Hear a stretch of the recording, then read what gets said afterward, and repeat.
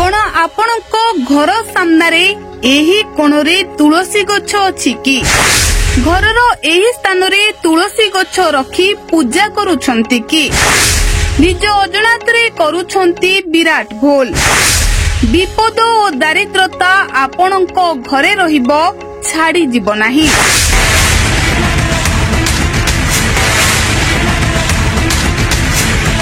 कौन आपणक घर बाहरे तुलसी गछ रहिछि कि सकाळे स्नान सारी आसी तुलसी गछरे पानी देउछंती कि घरर एही स्थान रे ओ एही दिगरे तुलसी गछ थिले आपण जीवन रे केबे भी खुशी रहिबे नाही।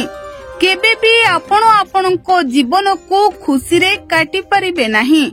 सब बेले आपण चिंतारे रहिबा सहित घर को आसीबो बड़ बड़ विपद। दर्शक बंधु मनीष केबे केबे बहुत भल करबा को जाही बहुत बड़ भूल करिथांती। जो भूल पाई मनीष को अनेक विपद दुख और अनेक सांघातिक परिस्थिति को सामना करबा को पड़ी थाए। आमे समस्ते जानिछंती तुलसी गछ अत्यंत पवित्र। एही गछ अगणा और घर सामने रहिले विपद घर को आसीबा को भय करे। हेले तुलसी गछ रहिबार दिग और स्थान भूल थिले बड़ बड़ विपद घर को माड़ी आसी थाए। सकाळे और संध्यारे जो महिला तुलसी चौरा मूले पूजा करिथांती लक्ष्मी नारायण तांको अहिसुलक्षणी करिथांती। तुलसी चौरा मूले सकाळे संध्यारे महिला पूजा कले संतानंको पाई खूब मंगल होइथाए। परिवार रे काहार स्वास्थ्य असुस्थ हुए नाही। हेले सेही परी जदि तुलसी गछ भूल दिगरे बा भूल स्थान रे रखी पूजा करूथांती तेबे एहार ओलटा फल आपणको परिवार ओ आपणको उपरे पड़िबा को जाउथाए। हिंदू धर्म रे तुलसी को सबुठु पवित्र वृक्ष बोली कुहा जाइथाए। जेउठारे तुलसी थाए सेठी समस्त देवादेवी वास करिथांती।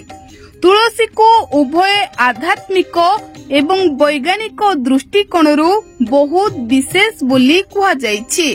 प्रतिदिन तुलसी पत्र खाइबा एवं पूजा करिबा द्वारा घरे सुख समृद्धि आसीथाए। जो घरर महिला स्नान सारी तुलसी वृक्ष पूजा करंती नाही एमिति घरे सर्वदा दुख एवं आर्थिक असुविधा रही थाए। भगवान विष्णुंकर मध्य तुलसी अत्यंत प्रिय अटे। से बिना तुलसी रे भोग ग्रहण करंती नाही। विष्णु पुराण रे तुलसी गछर संपूर्ण नियम विषय रे कुहा जाइछि। जदि आपणको घरे तुलसी गछ अछि तेबे एही नियम निश्चय पालन करिबा उचित। तेबे जाई तुलसींकर शुभ फल आपणको मिलिबो। तेबे वास्तुशास्त्र अनुसार तुलसी को केबे भी घरर छात उपरे लगाइबा उचित नुहे।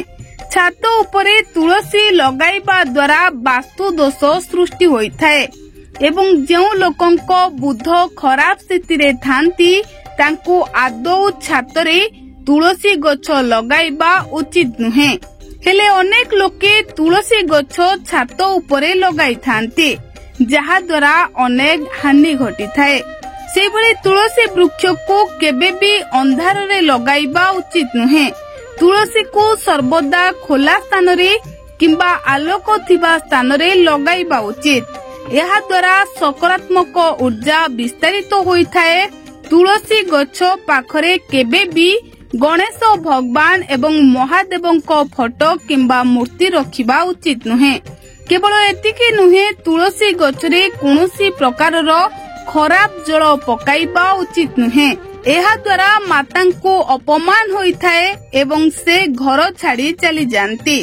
तुलसी गछ को केबे भी दक्षिण दिगरे लगाइबा उचित नुहे। शास्त्र अनुसार यह अत्यंत अशुभ होइथाए। एथिप्रति सावधान होई वृंदावती को पूजा कले बहुत शुभ फल मिलिथाए। Bureau report BNS live.